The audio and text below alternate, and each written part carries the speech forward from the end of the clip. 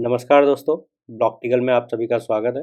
Last video में हमने demo देखा था कि हम ट्रांजैक्शंस कैसे करते हैं, उसके हैश कैसे ट्रांजैक्शन पूल में जाती है, वहाँ से माइनर्स ट्रांजैक्शंस को उठा के कैसे ब्लॉक को क्रिएट करते हैं, उसका एक डेमो देखा था ब्लॉकटिकल की साइट पे। ठीक है, which is a falsies demo. ठीक है, आपको समझाने के लिए वो डेमोज बनाए गए।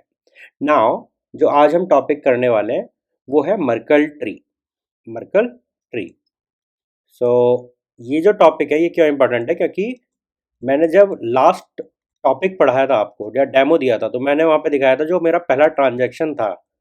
ठीक है, ट्रांजैक्शन वन जो था वो था P1 ने P2 को 2 बिटकॉइंस सेंड करे, एंड जो ट्रांजैक्शन टू था वो था P2 ने P3 को 1 बिटकॉइन सेंड किया।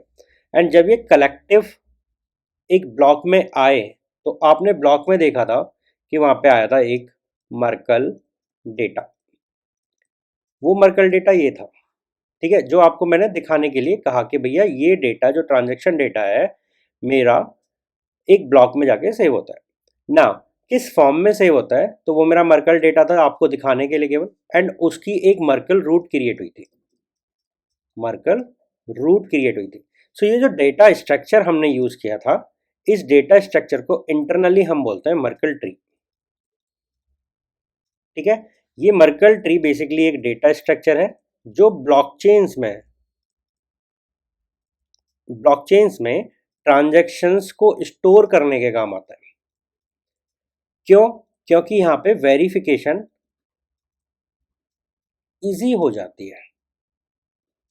वेरिफिकेशन इजी हो जाती है किसी भी ट्रांजैक्शन की। ठीक है, तो मान लीजिए आपने कुछ ट्रांजैक्शन किए, transaction one, transaction two, transaction three and transaction four. जब भी मैं इसे सेव करूंगा तो मैं इस पर्टिकुलर ट्रांजैक्शन का एक हैश क्रिएट करूंगा। लेट्स से मेरा ये हैश आया वन। आपको पता है हैश कैसे क्रिएट करते हैं। इसका हैश आया टू, इसका हैश आया थ्री एंड इसका हैश आया फोर। तो मेरे चारों ट्रांजैक्शंस के अलग अलग हैश आ गए। फिर मैं इसको थोड़ा सा कंप्रेस करने की कोशिश करूंगा।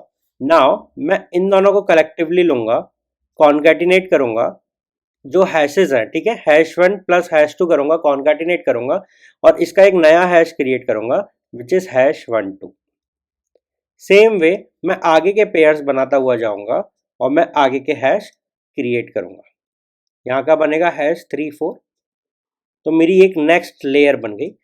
अगली लेयर बनाने के लिए थोड़ा और कंप्रेस करेंगे, इन दोनों को कलेक्टिवली आगे बनाएंगे। तो यहाँ पे मेरा बनेगा hash one to three four.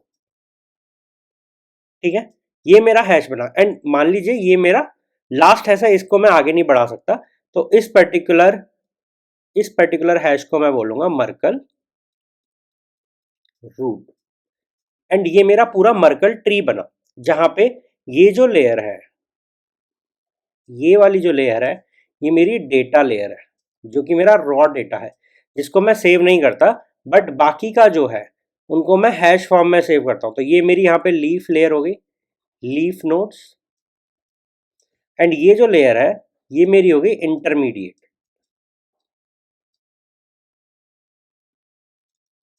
Intermediate nodes.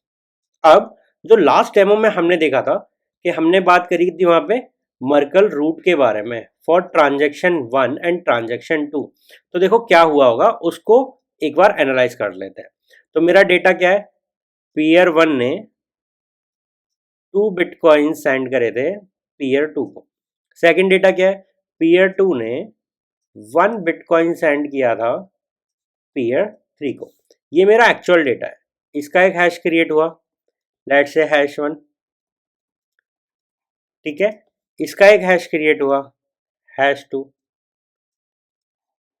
इनका एक हैश क्रिएट हुआ which is my Merkle root. Merkle root जो उस पर्टिकुलर ब्लॉक के डेमो में आपको दिखा था। So this is what Merkel tree is. ठीक है, आपको समझ आ गया कैसे बनता है, क्यों बनता है वो भी मैंने आपको बताया कि इसकी वेरिफिकेशन थोड़ी इजी हो जाती है। टेक्निकल डिटेल्स में बाद में जाएंगे, बट आपको मोटा मोटा समझ आना चाहिए कि ओके कैसे हमारा डेटा प्रोसेस होता है फंडामेंटली। ठीक है।